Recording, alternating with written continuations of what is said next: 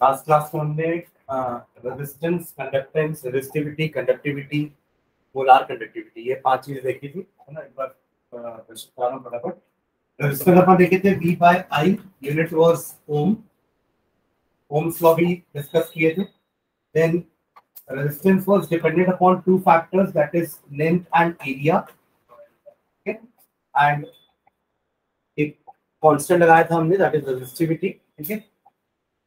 जहां पे resistivity का मतलब RA by L हो जाएगा, यानी कि यूनिट ओम मीटर, ठीक है।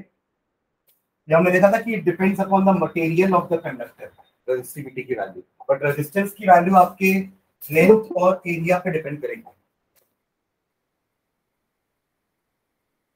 ठीक है। इसके बाद हमने बात की थी कंडक्टेंस की। Conductance was 1 upon resistance, unit भी इसका पर ओम था, या फिर ऐसा, या फिर आप मोल लिखो, ठीक है, या ओम इनवर्स, समझ रहे हैं।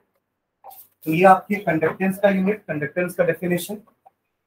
नेक्स्ट, जैसे conductance was reciprocal of resistance, वैसे ही conductivity was reciprocal of resistivity. Conductivity was denoted by kappa, ठीक है, और it is 1 by rho। अगर आप इसकी वैल्यू यहाँ पुट करते हो तो ये क्या हो जाएगा, L upon RA, यहाँ पे 1 by R हो जाएगा G, और L by A कांस्टेंट होता है, that is cell constant G star. तो kappa is equals to G into G star. Kappa का यूनिट हो जाएगा, ये आपका कंडक्टेंस हो गया, इट इज पर ओम या मो, ठीक है, या फिर इसको हम क्या बोल रहे थे, सीमेंस। तो ये हो जाएगा सीमेंस पर मीटर या फिर सीमेंस पर सेंटीमीटर, ये यूनिट हो गया आपके कंडक्टिविटी का, that is kappa. And last हमने देखा था molar conductivity denoted by lambda m, it is nothing but conductivity upon molarity. अगर मोलारिटी लीटर में है तो उसको मीटर क्यूब या सेंटीमीटर क्यूब में कन्वर्ट करना पड़ेगा, है ना। अकॉर्डिंगली हम ऊपर 1000 मल्टीप्लाई करेंगे या डिवाइड बाय 1000 करेंगे। अगर मुझे मीटर में चाहिए तो डिवाइड बाय 1000 करूंगा, अगर सेंटीमीटर में चाहिए तो इंटू 1000 करूंगा, है ना। अकॉर्डिंगली मुझे इसका वैल्यू सीमेंस मीटर स्क्वायर पर मोल या फिर सीमेंस सेंटीमीटर स्क्वायर पर मोल में इसकी वैल्यू आ जाएगी, ठीक है। क्लियर है। ये हमने लास्ट क्लास में देखा था। बेस्ड ऑन दीज फॉर्मूलाज हमने 2 क्वेश्चन सॉल्व किए थे, 2 क्वेश्चन मैंने होमवर्क दिए थे। पहला क्वेश्चन क्या था, एक बार देखना, बनाए आप, बनाए कैसे,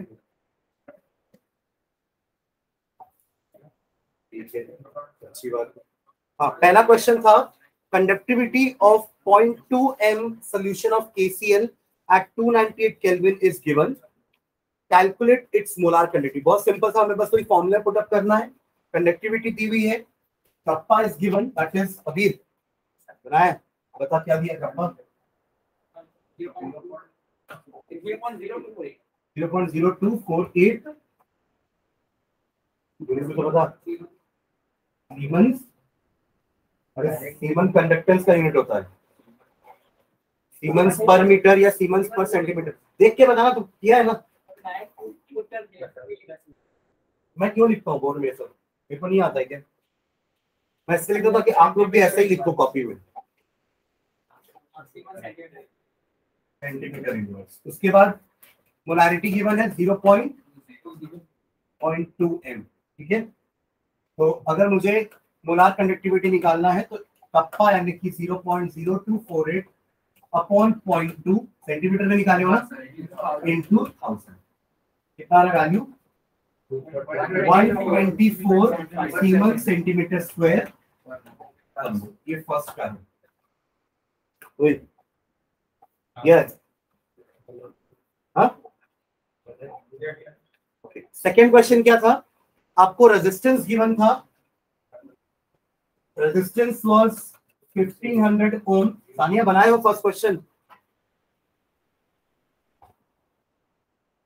then what is constant if conductivity of point. देखो ये जो कंसंट्रेशन का कोई काम नहीं था क्वेश्चन में ना, समझ रहे? वो जस्ट कंफ्यूज करने के लिए आपको कंसंट्रेशन क्वेश्चन में दिया था। बाकी आपको और क्या दिया हुआ है इसमें? जी दिया हुआ है ना, sorry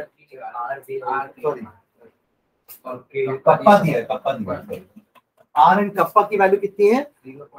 0.146 siemens into 10 to the power -3 siemens पर सेंटीमीटर। यही दो चीज काम की है, बाकी कंसंट्रेशन काम का नहीं है, टेम्परेचर किसी काम का नहीं है। अंदर ठीक है, तो जो ये फॉर्मूला था kappa is equals to G into G star, इससे बन जाएगा ये kappa is equals to G into G star. G star तो निकालना है सेल कांस्टेंट, तो कप्पा गिवन है, जी मतलब 1/r, यानी कि मुझे सिर्फ जी स्टार निकालने के लिए कप्पा इंटू आर करना है। जी को आप 1/r लिख दोगे, आर इधर जाएगा, कप्पा इंटू आर, ये इन दोनों को मल्टीप्लाई करना है। दिखा रहे हैं 0.219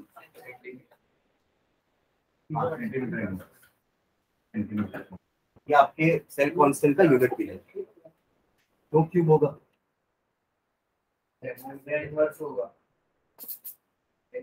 तो यही तो बोलेगा सेंटीमीटर इनवर्स क्या सेंटीमीटर इनवर्स तो है, तो ठीक है। चलो आगे बढ़े, चलो नेक्स्ट एक क्वेश्चन और करते हैं, फिर अपन अगला टॉपिक पढ़ेंगे। क्वेश्चन लिखना, the conductivity of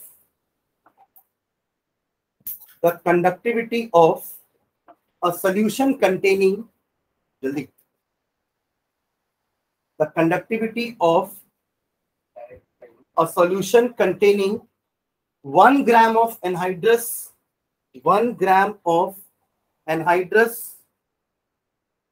BaCl2, 1 gram of anhydrous BaCl2 in 200 centimeter cube of water, barium chloride BaCl2 in 200 centimeter cube of solution, in 200 centimeter cube of solution has been found to be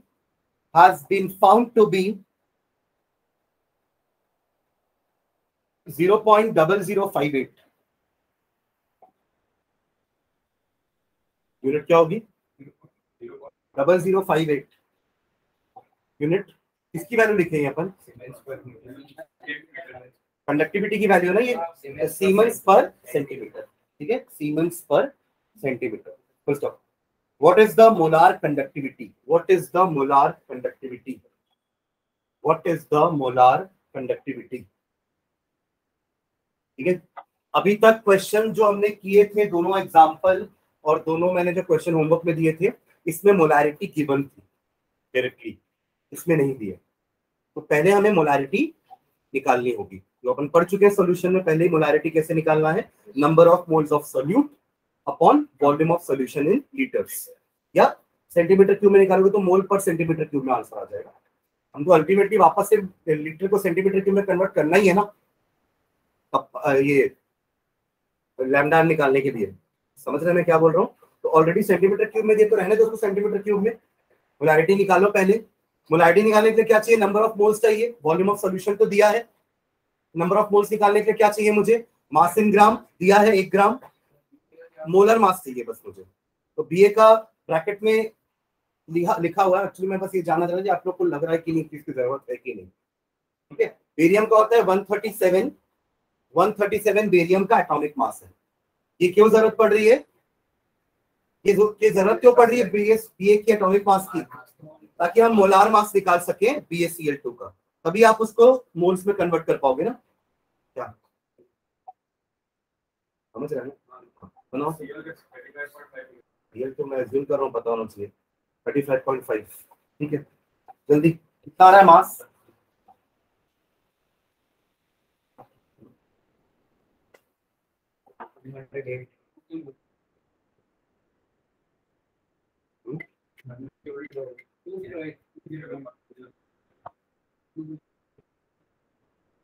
to 208 उसका molar mass आया, 1/208 मोल हो गया मतलब, है ना? क्या number of moles of BaCl2 is equals to 1/208। ठीक है, तो मोलारिटी कितनी आ जाएगी 1/208 इंटू 200 मोल पर सेंटीमीटर क्यूब, समझ लो, है ना। 200 दिया ना वॉल्यूम, 137। ये मोलारिटी आ गया, कप्पा दिया है क्वेश्चन में, लैम्डा निकल जाएगा। जल्दी बताओ वैल्यू क्या है।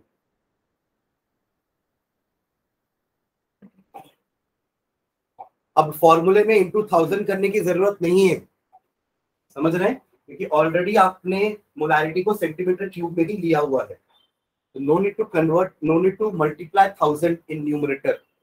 M I clear? हाँ, अगर क्वेश्चन में मोलारिटी मोल पर लीटर में है तो उसको सेंटीमीटर क्यूब में कन्वर्ट करने के लिए भी multiply by 1000 in the formula, that is kappa by m into 1000, है ना।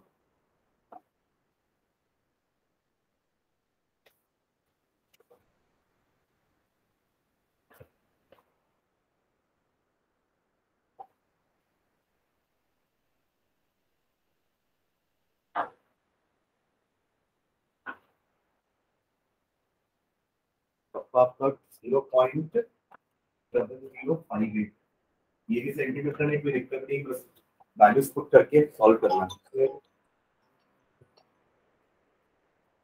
मोलारिटी 0.025, 0 पॉइंट तो लीटर में कन्वर्ट करके तो हाँ हाँ लीटर में तो भी करने की जरूरत है, तो वो फिर अभी करेगा वापस कॉपी में, अभी डिवाइड किया है फिर वापस मल्टीप्लाई करेगा। हाँ तब चलेगा, कोई दिक्कत नहीं। 241.28 नहीं 67 है, 241.67 आएगा सीमेन सेंटीमीटर स्क्वायर पर मोल। ठीक है,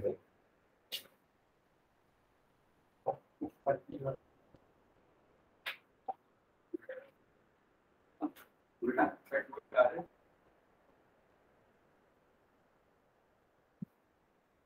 0.58 कितने मिनट में काफी है। 0.58 क्या है, 0.0058 अच्छा ठीक है, सॉल्व किया है, ठीक। 241 क्या बोल रहे हो, 2 सीमेन सेंटीमीटर स्क्वायर और ये आंसर हो जाएगा।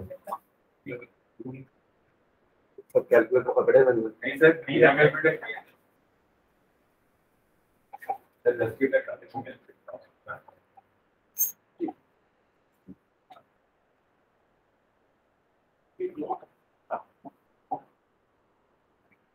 समृद्धि बन रहा है साधना।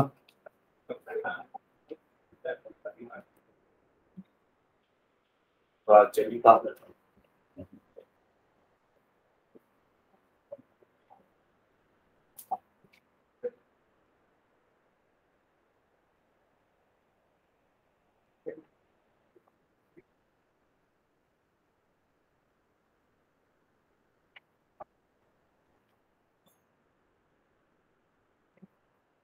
कितना 240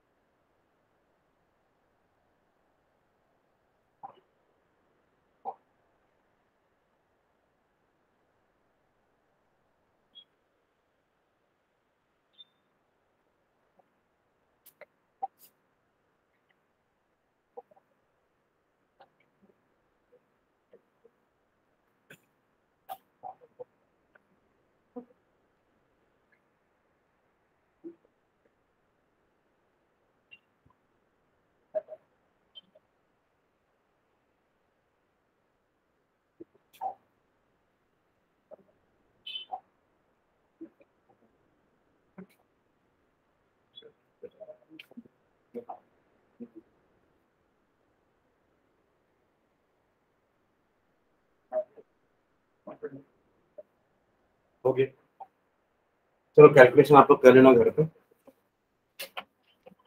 240.9 नहीं 241 तो आएगा, पॉइंट के बाद थोड़ा बहुत चेंजेस हो सकते हैं, है ना, एक बार फिर से चेक करना। चलो नेक्स्ट हिंट डाल दो, variation of molar conductivity with concentration, variation of molar conductivity with concentration.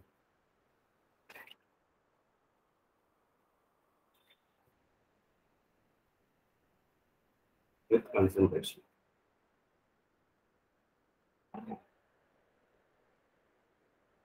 ठीक है। देखो ऑलरेडी हमने वीक इलेक्ट्रोलाइट और स्ट्रॉन्ग इलेक्ट्रोलाइट की बात की हुई है कि वीक इलेक्ट्रोलाइट में आयंस कम होंगे तो इनकी कंडक्टिविटी भी कम होगी, राइट, है ना, क्योंकि आयंस ही है जो इलेक्ट्रोलाइट में कंडक्टिविटी मेंटेन करते हैं या प्रोड्यूस करते हैं, ठीक है। तो अगर आयंस कम है तो कंडक्टिविटी कम होगी। In the same way strong electrolytes क्या होते हैं, which are fully dissociated in their aqueous solution, तो यहाँ पे आयंस आपके ज्यादा होंगे और कंडक्टिविटी भी ज्यादा, ठीक है।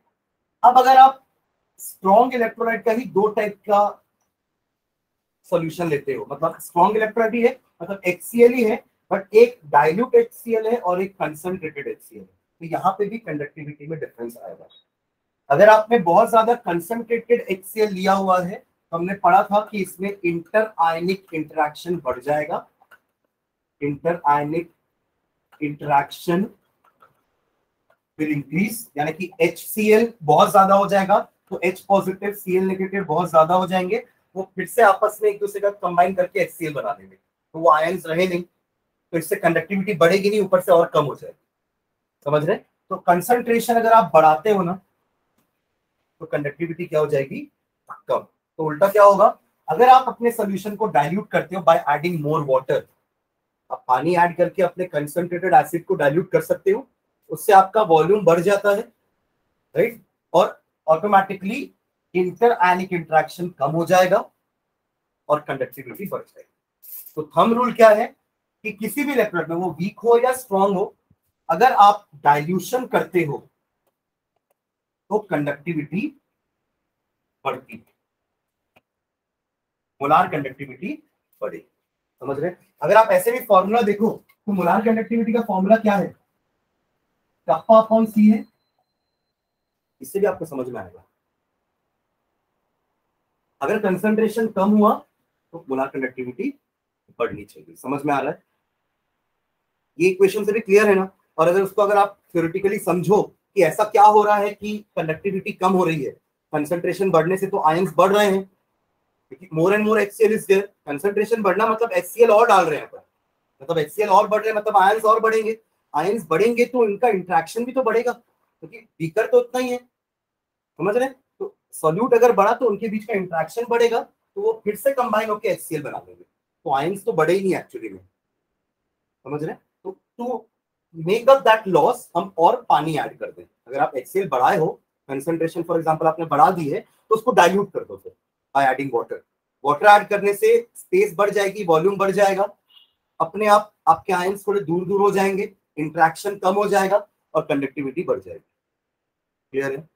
मतलब आयंस आयंस के फॉर्म में रहने चाहिए, तभी वो कंडक्टिविटी प्रोड्यूस कर सकते हैं।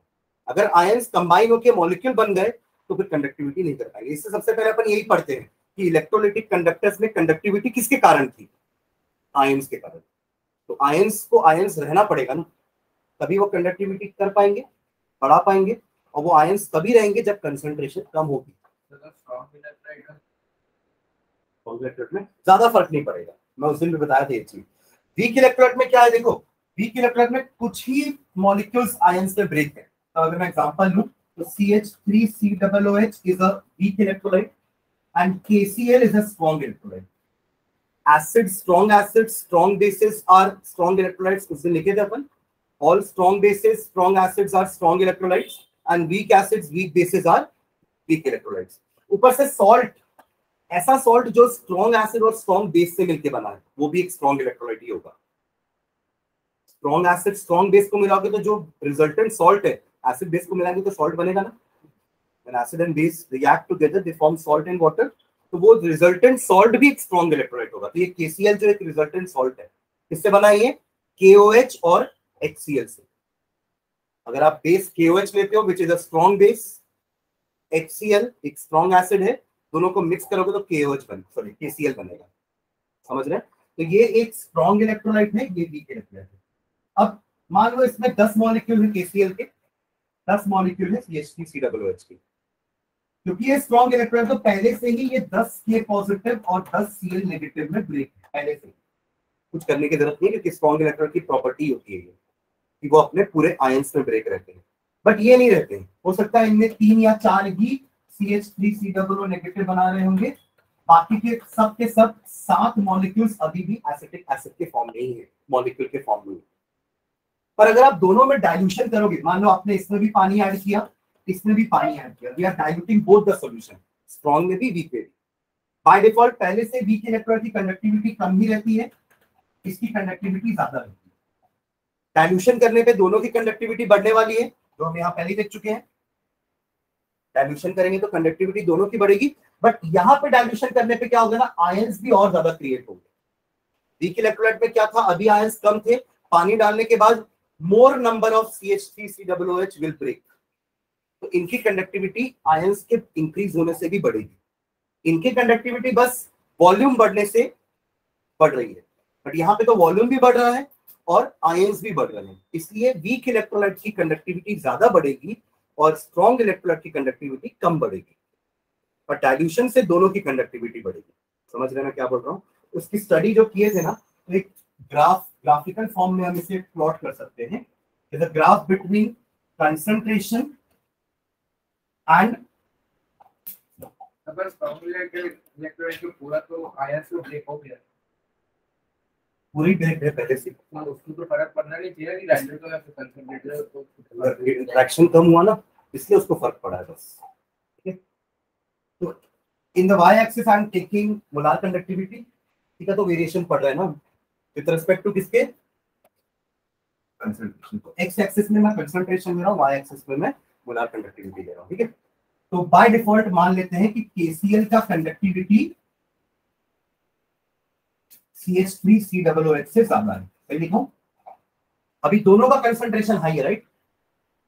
यहां बनाया ना मैं थोड़ा इस तरफ, मतलब कंसंट्रेशन हाई बोल रहा हूं मैं, इधर बनाया होता तो कंसंट्रेशन लो हो जाता। ग्राफ स्टडी कर पा रहे हैं? और मैंने जानबूझ के KCl का ऊपर बनाया है और CH3COOH का नीचे। यहां भी क्लियर है ना? इधर ग्राफ को मूव करने का मतलब क्या है, कंडक्टिविटी कंसंट्रेशन कम करना है, राइट? तो KCl में जब मैं डाइल्यूशन करूंगा, यानी कि मैं कंसंट्रेशन कम करूंगा, तो धीरे धीरे इसकी कंडक्टिविटी बढ़ेगी, धीरे धीरे बढ़ेगी, धीरे धीरे। ज्यादा आपको स्लोप ज्यादा नहीं दिख रहा है, बढ़ रही है बट उतने रेट से नहीं बढ़ रही है। कंडक्टिविटी बढ़ी ऑन डाइल्यूशन, डाइल्यूशन करना मतलब कंसंट्रेशन कम करना। है क्लियर? सेम चीज मैं अब एसिटिक एसिड के साथ भी करने वाला, जो कि एक वीक इलेक्ट्रोलाइट है। ठीक है, बट इसकी कंडक्टिविटी, इसकी मोलार कंडक्टिविटी काफी बढ़ेगी। ठीक है, दोनों ग्राफ में डिफरेंस, कंडक्टिविटी दोनों की कंसंट्रेशन कम करने से बढ़ रही है, कंडक्टिविटी दोनों की ही बढ़ रही है, बट स्ट्रॉन्ग इलेक्ट्रोलाइट की कम बढ़ती है और वीक इलेक्ट्रोलाइट की ज्यादा, क्योंकि यहाँ वीक इलेक्ट्रोलाइट में थोड़े आयंस और ज्यादा भी क्रिएट हो रहे हैं, बट स्ट्रॉन्ग में जितने आयंस पहले थे अभी भी उतने ही, थोड़े इंट्रैक्शन कम हुआ, इससे थोड़ी सी कंडक्टिविटी बढ़ी है, बट यहाँ ज्यादा नहीं, यहाँ ज्यादा बढ़ेगी कंडक्टिविटी। ज्यादा हो सकती है, जीरो कंसंट्रेशन पे हो सकती है। ठीक है, अब ध्यान देना, यहां मैं टच नहीं किया अभी तक, आप देख रहे हैं लाइन को मैंने यहीं तक रोक दिया था, इसको भी, और ये तो टच हो ही नहीं रही है, तो ऐसे ऊपर जा रही है ना, पता नहीं कहां जाके ऊपर वो टच होगी वाई एक्सिस को। वाई एक्सिस को टच होने का मतलब क्या है, कंसंट्रेशन जीरो, कंसंट्रेशन जीरो, जो प्रैक्टिकली तो नहीं हो पाएगा, क्योंकि हम सॉल्यूशन में कुछ ना कुछ सोल्यूट तो डाले हैं ना, तो आप कंसंट्रेशन जीरो तो नहीं बोल सकते, तो हम प्रैक्टिकली ऐसा कैलकुलेशन नहीं कर सकते, बट ग्राफिकली तो कर सकते हैं। ग्राफिकली आप इस लाइन को अगर पीछे एक्सटेंड करोगे तो आप देख लोगे कि वो यहां मीट कर रही है। इसका मतलब स्ट्रॉन्ग इलेक्ट्रोलाइट के लिए जब कंसंट्रेशन जीरो होगा तो ये उसकी मैक्सिमम वैल्यू, कंसंट्रेशन नेगेटिव तो नहीं कर सकते ना, कंसंट्रेशन नेगेटिव कैसे हो पाएगा, या तो कंसंट्रेशन जीरो है, मतलब आपने कुछ मिलाया नहीं है तो जीरो कंसंट्रेशन, या तो मिलाओगे, माइनस में कंसंट्रेशन तो कभी हो ही नहीं सकता। समझ रहे मैं क्या बोल रहा हूँ? है ना, इसलिए पीछे ग्राफ नहीं जाएगा, यहीं तक जाएगा बस, राइट। और यही वैल्यू ना आपके इलेक्ट्रोलाइट का मैक्सिमम कंडक्टिविटी वैल्यू होता है, उससे ज्यादा आप कंडक्टिविटी की वैल्यू नहीं बढ़ा सकते, और इसको हम डिनोट करते हैं डेल एम नॉट से। वो जीरो एक्चुअली ऊपर क्या दिखा रहा है, जीरो कंसंट्रेशन, या फिर आप जीरो कंसंट्रेशन को एक और वर्ड बोल सकते हो, कंसंट्रेशन जीरो है तो क्या ज्यादा है, हाँ कंडक्टिविटी ज्यादा है, ठीक है, डाइल्यूशन ज्यादा है, डाइल्यूट यहाँ कंडक्टिविटी बढ़ने का कारण क्या है, I am diluting both the solutions. Diluting मतलब समझ रहे ना, पानी ऐड कर रहा हूँ मैंने, इतना ज्यादा पानी ऐड कर दिया कि उसकी कंसंट्रेशन जीरो हो गई, उसको कहते हैं इनफाइनाइट डाइल्यूशन।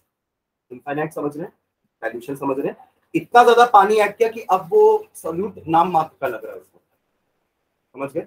तो इसको आप डेल एम नॉट से रिप्रेजेंट करो, या कई जगह डेल एम इंफिनिटी लिखा रहता है ऊपर, तो प्रोनाउंस कैसे करेंगे, इसको प्रोनाउंस करेंगे molar conductivity eight zero concentration, molar conductivity at infinite dilution, या फिर इसका एक नाम और है लिमिटिंग मोलार कंडक्टिविटी। लिमिटिंग क्यों बोल रहे हैं, क्योंकि ये हाईएस्ट वैल्यू है, लिमिट है, अब और कंडक्टिविटी नहीं बढ़ाई जा सकती उस सॉल्यूशन की, क्योंकि कंसंट्रेशन तो जीरो आ चुका है ना। तो ग्राफिकली हमने केसीएल का तो स्ट्रेट लाइन था तो पीछे खींच के पता कर लिए, बट सीएचटीसी अप्रोच कैसे करेंगे, ये तो एक कर्व बना रहा है। KCL was making a straight line उनके ऑब्जर्वेशन के हिसाब से, बट सीएचटीसी अप्रोच का जब प्लॉटिंग किए तो that was making a curve. अब ये कर्व वाई एक्सिस में कहां इंटरसेक्ट करेगी हमें नहीं पता, तो ग्राफिकली हम वीक इलेक्ट्रोलाइट का लिमिटिंग मोलार कंडक्टिविटी कैलकुलेट नहीं कर सकते ग्राफिकली। हम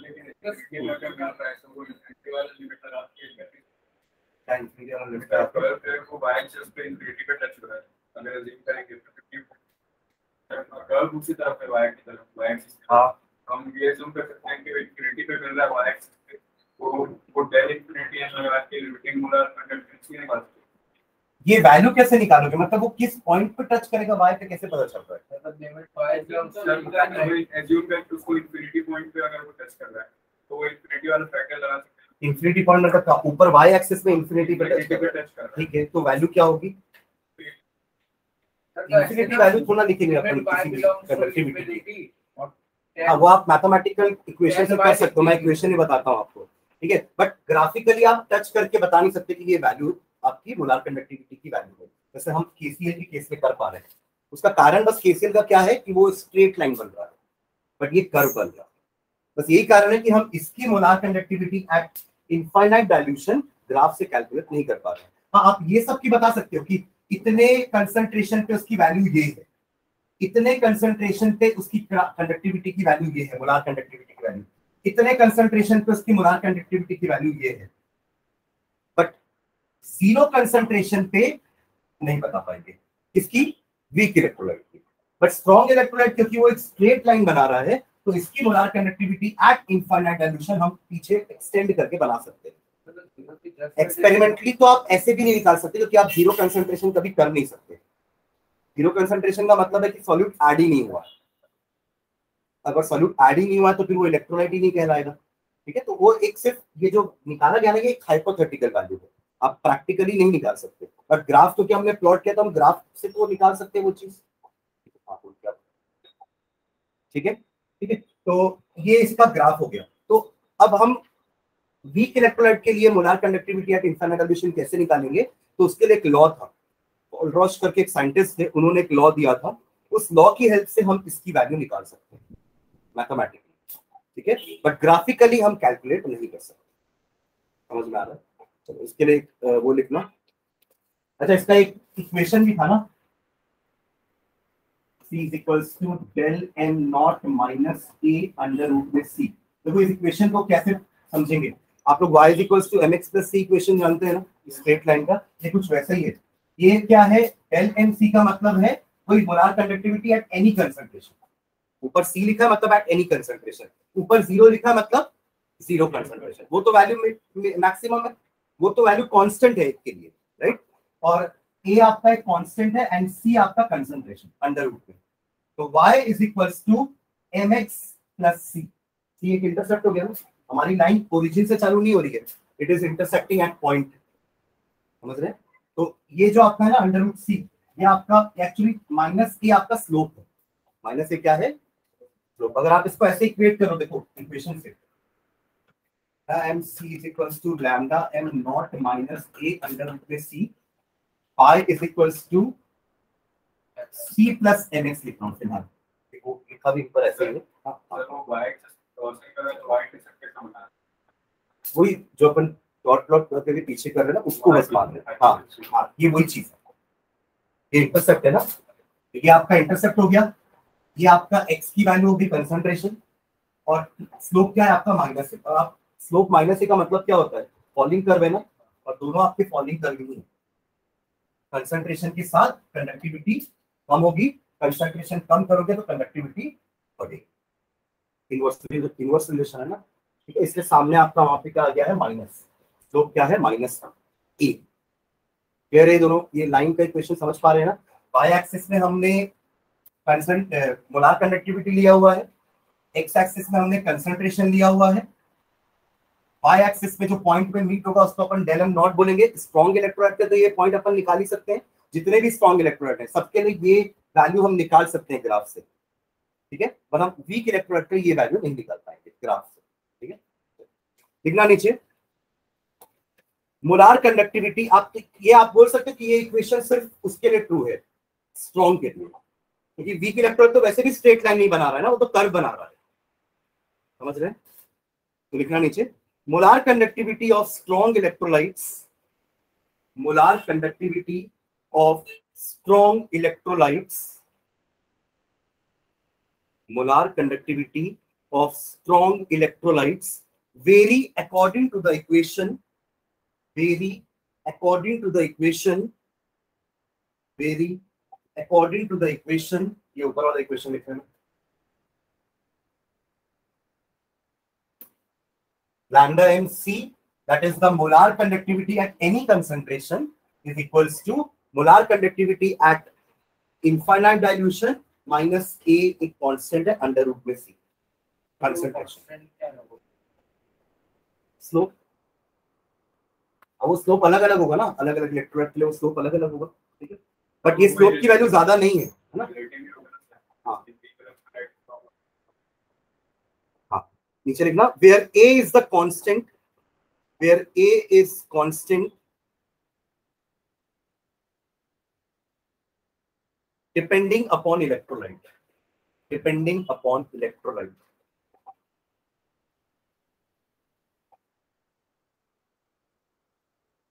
एंड दूसरा जो ये लिखे हैं इसका मतलब क्या, ये भी लिख लेना where del m naught, del m naught क्या है लिख लो,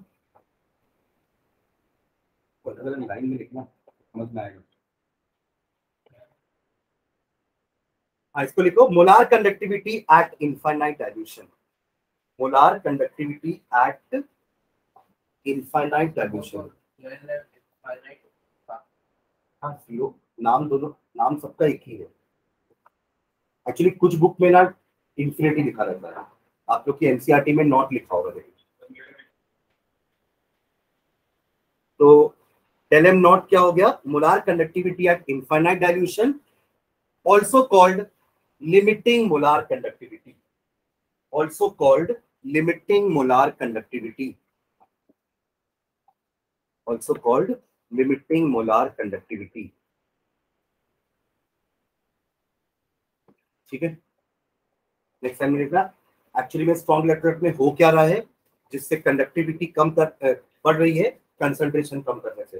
लिखो ये इक्वेशन उसके ऑब्जर्वेशन से ही बना। अगर आप एक ऑब्जर्वेशन करते रहो, आप वैल्यू निकालो, कंसंट्रेशन इतना रखा मैंने, कंडक्टिविटी इतनी आ रही है, ऐसे अलग अलग कंसंट्रेशन के वैल्यू निकालो तो ग्राफ बन जाएगा। आप स्लोप निकाल लो लाइन का, इक्वेशन मिल जाएगा।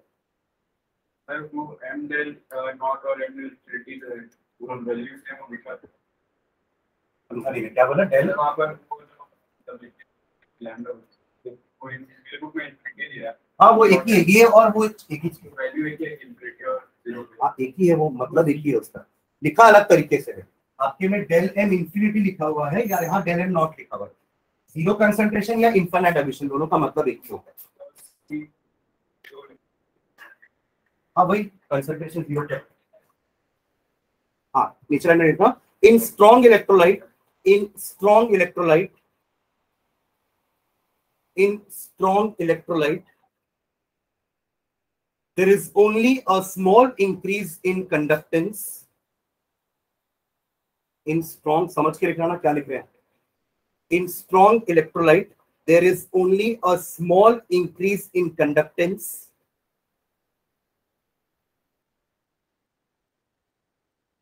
This is because, Mr. Dalke, this is because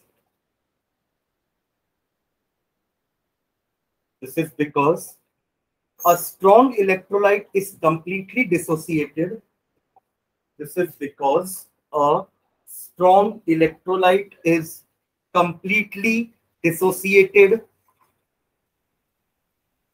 in solution,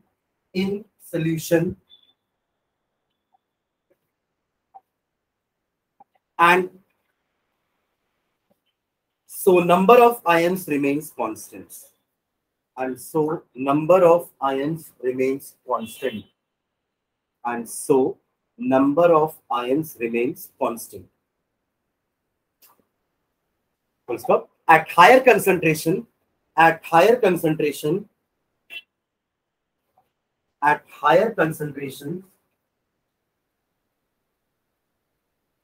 greater ionic attraction या inter-ionic interaction भी लिख सकते हैं इसको. At higher concentrations, the greater ionic attractions retard the motion of ions. Retard समझते हैं? Retardation. Retard the motion of greater ionic attractions. Retard the motion of ions. Retard the motion of ions, and therefore conductance falls. And therefore the conduction falls. And therefore the conduction falls. Full stop. With decrease in concentration, ये बात हो गई increase concentration में क्या होगा, समझ में आया जो लिखे हैं, ये मैं समझा चुका हूं आप लोगों को ना, हम बस लिख रहे हैं. With decrease in concentration, bracket में लिखो डाइल्यूशन, इसका मतलब ही डाइल्यूशन होता है. आप डाइल्यूट कर रहे हो, इसका मतलब आप अपने सॉल्यूशन को कंसंट्रेट कम कर रहे हो, इससे कंसंट्रेशन को कम करने की कोशिश करो. ठीक है, तो ब्रैकेट में डाइल्यूशन लिख लेना. The ions are far apart, the ions are far apart,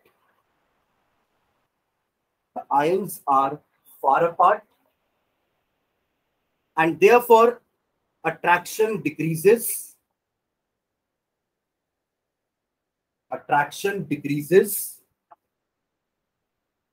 and conductance increases,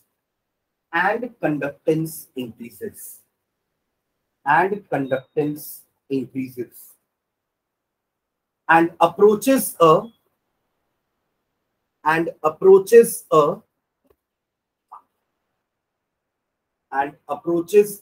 maximum limiting value, जिसको हम क्या बोलते हैं, टेल एम नॉट. ये सबको समझ में आया जो हमने लिखा है? एक बार रीड कर लो अगर कोई दिक्कत हो. ये स्ट्रॉन्ग इलेक्ट्रोलाइट के बारे में अपन लिखे हैं. ठीक है, जल्दी एक बार रीड करो कि अगर स्ट्रॉन्ग इलेक्ट्रोलाइट पे कंसंट्रेशन ज्यादा करेंगे तो क्या होगा, डाइल्यूशन करेंगे तो क्या होगा. ठीक है, बट और ये भी लिख रहे हैं कि छोटा इंक्रीज क्यों हो रहा है, क्योंकि पहले से ही आयन सारे आयनिक फॉर्म में है, तो नंबर ऑफ आयंस इंक्रीज नहीं होंगे, उतने ही रहेंगे, बस उनका स्पेसिंग बढ़ जाएगा, जिससे कारण उनका इंटरआयनिक इंटरेक्शन कम होगा, तो वो कंडक्टिविटी बढ़ा देंगे. ठीक है, अब अगला पैराग्राफ लिखेंगे अपन वीक इलेक्ट्रोलाइट के लिए, फिर ग्राफ बनाएंगे. ठीक है, लिखो नीचे, फॉर वीक इलेक्ट्रोलाइट, समझ के लिखो ना, for weak electrolyte at same concentration,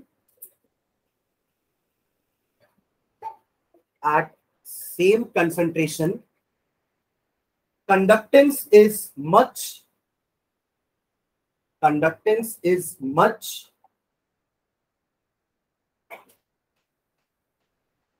dash, ये डैश आप लोग फिल करोगे ना, फिल इन द ब्लैंक आप लोग, dash then that of a strong electrolyte, dash then that of a strong electrolyte. एक बार रीड करो अच्छे से और उस फिल इन द ब्लैंक में क्या आएगा मुझे बताना। पढ़ना, एक बार पढ़ना अच्छे से।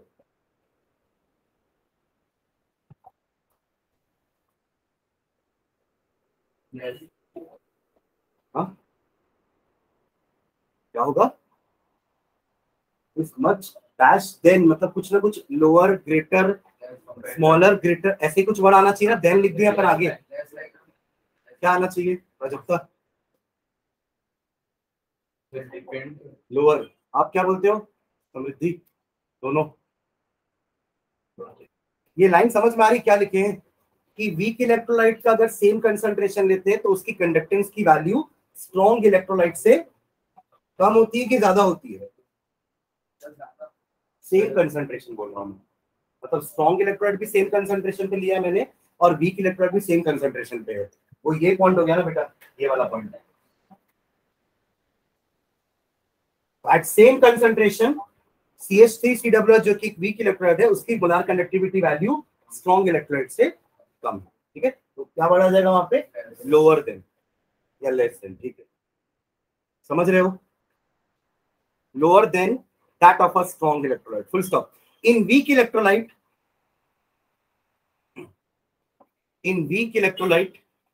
conductance increase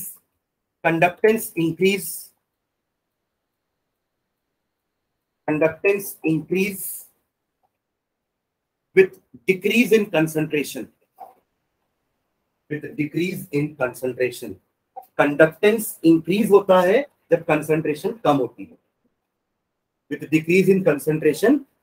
और इसका कारण क्या है? क्योंकि इसमें आयंस लिटरली बढ़ रहे हैं, उसमें आयंस नहीं बढ़ रहे थे, उनके बीच का इंट्रैक्शन कम हो रहा था, बट यहाँ पे आयंस बढ़ रहे हैं और मोर आयंस मोर कंडक्टिविटी। ठीक है, with decrease in concentration due to increase in number of ions,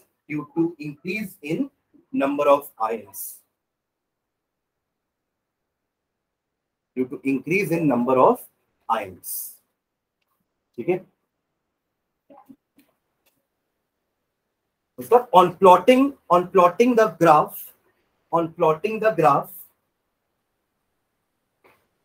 ये दोनों के बारे में हम लिख चुके हैं ना, अब ग्राफ के बारे में बात कर रहे हैं।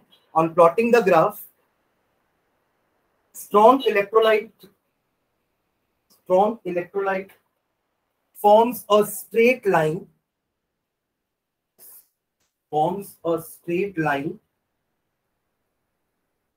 so its limiting molar conductivity value,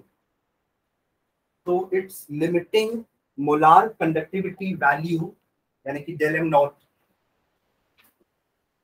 can be found out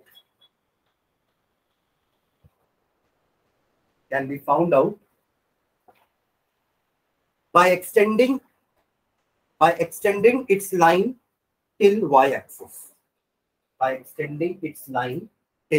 y axis, इसको पढ़ोगे तो बाद में समझ में आ जाएगा कैसे हो रहा है। ठीक है, but in the case of weak electrolyte,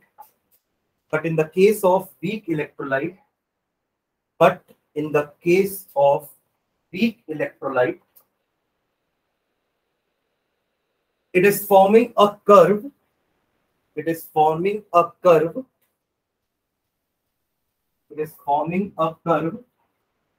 so its limiting molar conductivity value cannot be determined by graphically. So its limiting molar conductivity cannot be determined graphically.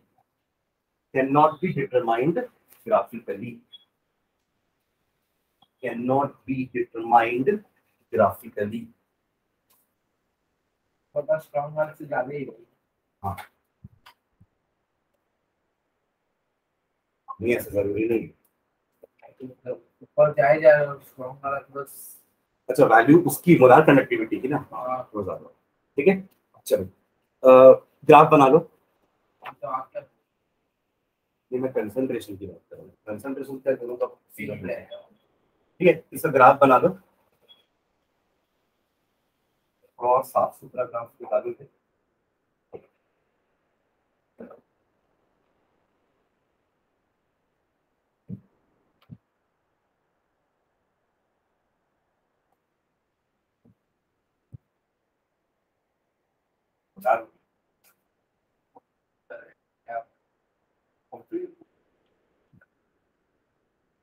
दिख रहा है?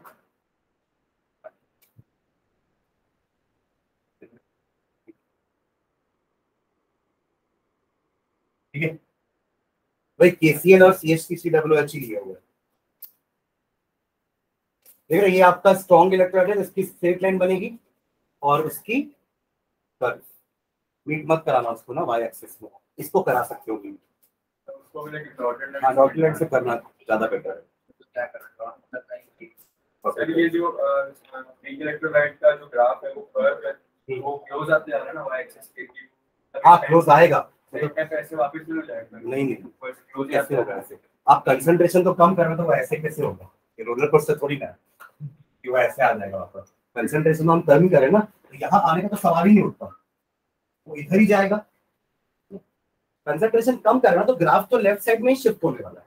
एक टाइम ऐसा आया कि वो वाई एक्सिस में टच होगा, बट हम एक्सपेरिमेंटली वो नहीं निकाल सकते क्योंकि आप जीरो कंसंट्रेशन नहीं कर सकते। चलो जल्दी बनाओ उसका ग्राफ।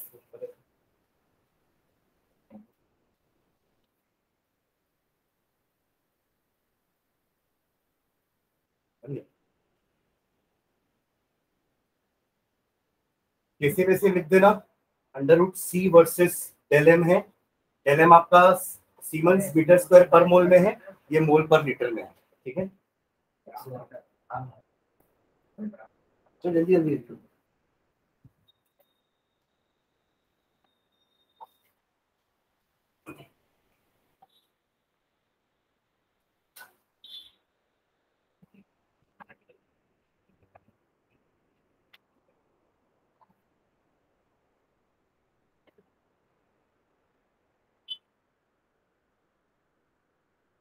ये दोनों का जो इंटरसेक्टिंग पॉइंट है उसकी सिग्निफिकेंस है क्या?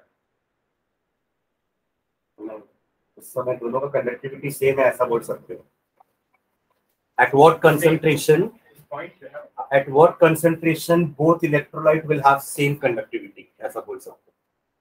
तो वो ये at this concentration both will have the same value। ये तो अब ऐसा है कि ग्राफ रीड करना आता है तो हम कुछ भी बोल सकते हैं। ग्राफ रीड करना आना चाहिए कि क्या हो रहा है ग्राफ में। मतलब अगर मैं बोल दूं कि बताओ कि वीक इलेक्ट्रोलाइट की कंडक्टिविटी 0.2 मोल पर लीटर में कितनी है, तो आप बस इस ग्राफ को यहाँ से ऐसा करके टच करा देना। ये जो भी वैल्यू होगी वही उसकी मोलार कंडक्टिविटी की वैल्यू होगी एट 0.2 मोल पर लीटर। समझ रहे क्या बोल रहा हूँ? वो तो ग्राफ रीड करना आना चाहिए बस, तो आप लोग क्लास 9 में पढ़ते थे, right?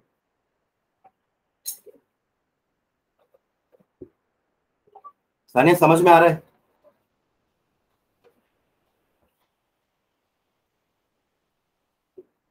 Yes sir.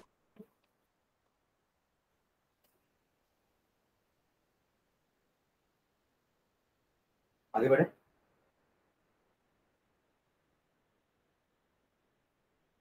Next line डालना, Kohlrausch law, KOHLRAUSCH, Kohlrausch law, Kohlrausch law. ये लॉ के हेल्प से हम वीक का भी निकाल लेंगे, लिमिटिंग मोलार कंडक्टिविटी, ठीक है।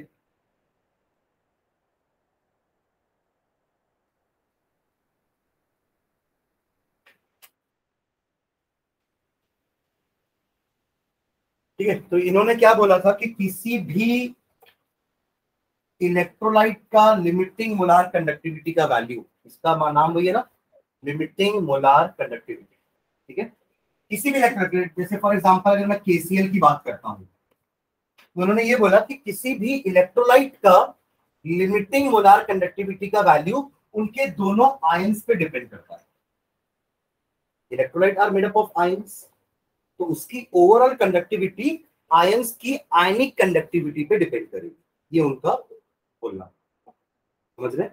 मतलब उन्होंने ये बोला कि it is the sum of their ionic conductivity. Ionic conductivity के लिए कैपिटल लैम्डा यूज किए, sorry small lambda. Capital lambda is for molar conductivity of electrolyte and small lambda is the ionic conductivity of cation, ionic conductivity of anion, irrespective कि साथ में कौन सा anion है या cation है उस पर डिपेंड नहीं करेगा।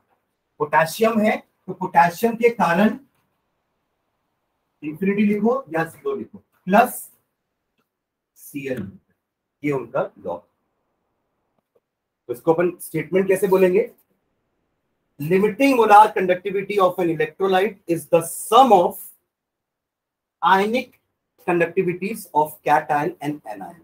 Ionic conductivity के पहले भी एक वर्ड लिमिटिंग वाला बोल सकते हैं, लिमिटिंग क्योंकि 0 लगा है ऊपर, limiting ionic conductivities of cation and anion। अब यहाँ तो KCl में एक ही K है और एक ही Cl है, और अगर मेरा इलेक्ट्रोलाइट फॉर एग्जांपल BaCl2 है, एक बना क्वेश्चन क्या है BaCl2, अब यहाँ पे बेरियम का एक आयन है बट क्लोराइड के 2 आयन है। अगर आप ब्रेक करोगे इसको, ये कैसे ब्रेक होगा? BaCl2 will ionize in this form, right? Ba2 positive plus 2Cl negative, 2 है ना क्लोराइड। तो अब आपको इसके सामने 2 मल्टीप्लाई भी करना पड़ेगा, प्लस या तो आप इसको 2 बार लिखो, एक ही मतलब है, या 2 से मल्टीप्लाई करके 2 लैम्डा Cl नेगेटिव, समझ रहे हैं ना? तो हमको समझना पड़ेगा कि हमारा इलेक्ट्रोलाइट कैसा है, उसके हिसाब से हम सामने कुछ कोफिशिएंट लगाना हो तो लगाएंगे। क्लियर? देखो स्टेटमेंट लिखना, Tollross concluded that each ion makes a definite contribution. Each ion makes a definite contribution. Each ion makes a definite contribution to the total molar conductivity of an electrolyte. To the total molar conductivity of an electrolyte at infinite dilution. At infinite dilution of an electrolyte at infinite dilution. समझ में आ रही है? उन्होंने अपनी study से यही conclude किया था कि किसी भी इलेक्ट्रोलाइट की मोलार कंडक्टिविटी उसके आयंस के कारण होती है, contribution. Every ion contribute towards the total molar conductivity of an electrolyte.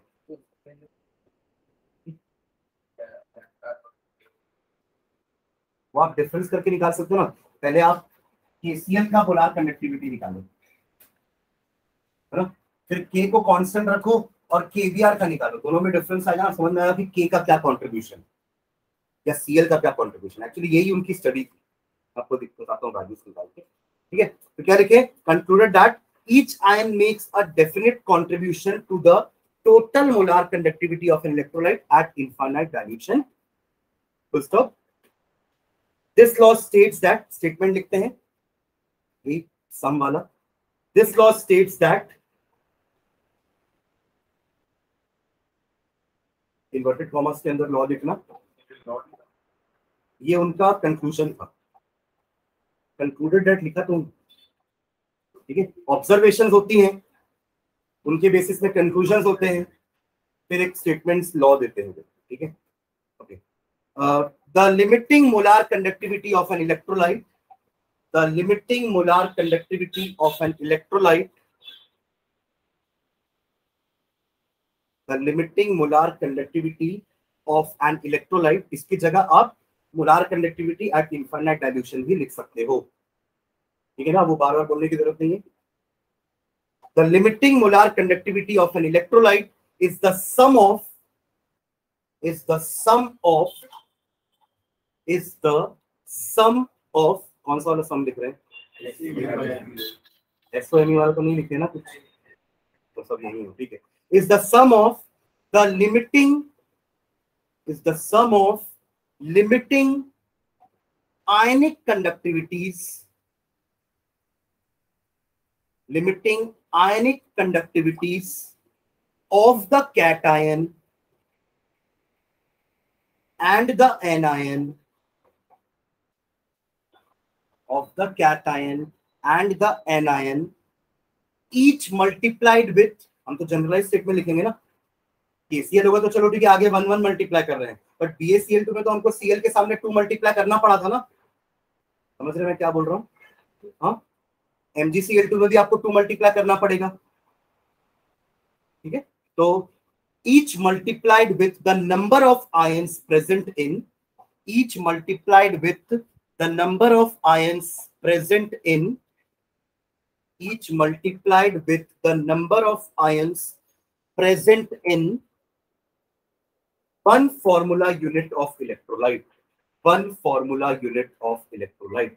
Electrolyte का एक फॉर्मूला में कितना यूनिट है? One formula unit of electrolyte.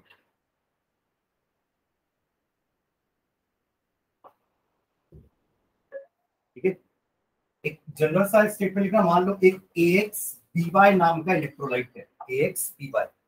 जैसे HCl होता है तो वहां पे H के पास 1 है और Cl का 1 है, तो ये X और Y क्या है? उनके नंबर ऑफ आयंस. ठीक है, AXBY. आप जब इसको डिसोसिएट कराओगे तो क्या बनेगा? ये डिसोसिएट होंगे तो क्या बनेंगे? A का एक्चुअली चार्ज क्या था? AY पॉजिटिव था, तब तो Y यहाँ आया होगा ना, और B X नेगेटिव रहा होगा तब तो X यहाँ आया होगा. समझ रहे क्या बोल रहा हूं मैं? तो आप A को लिख सकते हो AY पॉजिटिव और B को लिख सकते हो BX नेगेटिव. आया ना? ऐसे ही होगा ना. और A कितने नंबर में है? X, और B कितने हैं? ऐसा लिख सकते हैं इसको डिसोसिएशन. अब अगर आप इसके लिए लैम्डा m नॉट का वैल्यू लिख दो, lambda m naught for AXBY, तो अकॉर्डिंग टू कोलरॉश लॉ किसी भी इलेक्ट्रोलाइट का molar total molar conductivity at infinite dilution is the sum of their ionic conductivities of cation and anion each multiplied by the number of ions present in one formula unit. तो अगर मैं इसका molar conductivity लिखूंगा इसके लिए तो क्या आएगा? लैम्डा प्लस लिख लेता हूं कैटायन के लिए और लैम्डा माइनस लिख लेता हूं एनायन के लिए. ठीक है, ऊपर नॉट तो रहने ही वाला है क्योंकि ये लिमिटिंग मोलार कंडक्टिविटीज है, राइट. और बस अब क्या आएगा सामने? ए आपका x नंबर में है तो सामने x से मल्टीप्लाई कर दूंगा, b आपके y नंबर में है तो y से मल्टीप्लाई कर दूंगा. अगर ये मल्टीप्लिकेशन नहीं समझ में आ रहा है तो आप a को x टाइम्स लिखोगे, यही चीज है ना. 5 into 6 करो तो 30 आएगा, या 6 को 5 बार ऐड करो तब भी 30 आएगा ना. समझ रहे क्या बोल रहा हूँ? ये वही चीज होगी. सर नीचे AY प्लस और ये नहीं जरूरत है, ये एक्चुअली बस उनका डिनोशन है कि ये कैटायन के लिए लिमिटिंग आयनिक कंडक्टिविटी है और ये एनायन के लिए लिमिटिंग आयनिक कंडक्टिविटी. ये तो वैल्यू आएगी ना यहाँ पे, कुछ सीमेंस सेंटीमीटर स्क्वायर पर मोल में वैल्यूज आने वाली है यहाँ तो. समझ रहे? और यहाँ पे आपके नंबर्स आने वाले हैं 1 या 2 या 3 डिपेंडिंग अपॉन हमारा इलेक्ट्रोलाइट क्या कौन सा है. समझ रहे हैं? ये जनरलाइज ना, तो इसको लिख लो, इसको लिखो. फिर मैं लैम्डा क्या है मैं लिखवा दूंगा नीचे, स्मॉल लैम्डा ये वाला ना. ये कैपिटल लैम्डा बोलते थे, इसको स्मॉल लैम्डा बोलते हैं. ये मैंने लास्ट क्लास में बताया था ना आप लोग को.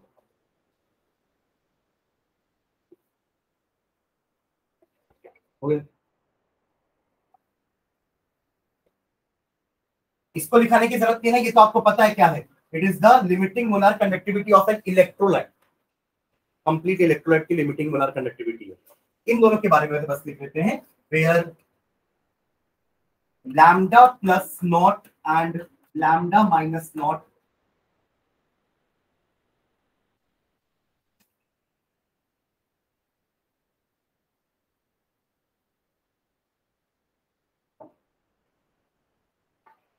क्या इक्वेशन सबको?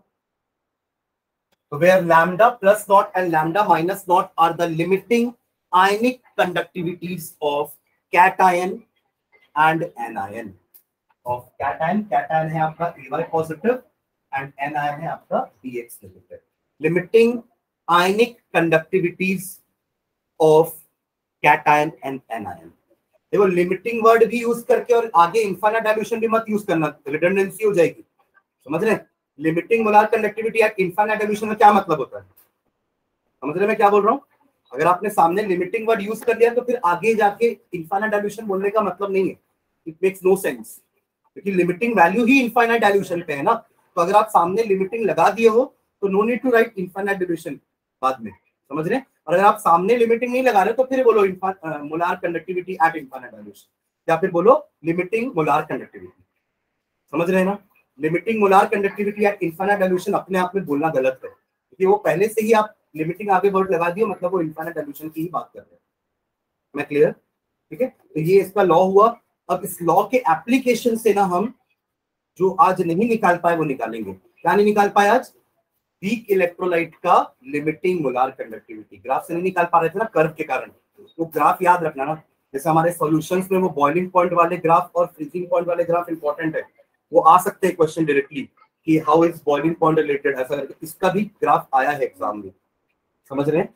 या फिर हाँ, मतलब ग्राफ बनाने के लिए कि how is molar conductivity related to concentration, ऐसा क्वेश्चन। या फिर पहले से ग्राफ दे देगा और इलेक्ट्रोलाइट की जगह एक्स और वाई लिख देगा, बोलेगा which is strong electrolyte and which is weak electrolyte. X क्या है, स्ट्रॉन्ग है कि वीक है, वाई क्या है, स्ट्रॉन्ग है कि वीक है। अब आपको ग्राफ से समझना पड़ेगा कि किसका इंक्रीमेंट ज्यादा हुआ है। जिसका इंक्रीमेंट मोलार कंडक्टिविटी में ज्यादा हुआ होगा वो आपकी वीक इलेक्ट्रोलाइट होगी, और जिसका इंक्रीमेंट कम हुआ होगा वो स्ट्रॉन्ग होगी। या फिर जो स्ट्रेट लाइन बना रहा होगा वो स्ट्रॉन्ग इलेक्ट्रोलाइट होगी, और जो कर्व बना रहा होगा वो आपका वीक इलेक्ट्रोलाइट होगा, समझ रहे हैं ना। तो इस टाइप के क्वेश्चंस आते हैं इस सेक्शन से, कोलरॉस लॉ से, या फिर इसका एप्लीकेशन पार्ट, ठीक है। एप्लीकेशन पार्ट अपन नेक्स्ट क्लास में देखते हैं कोलरॉस लॉ का, ठीक है। चलो।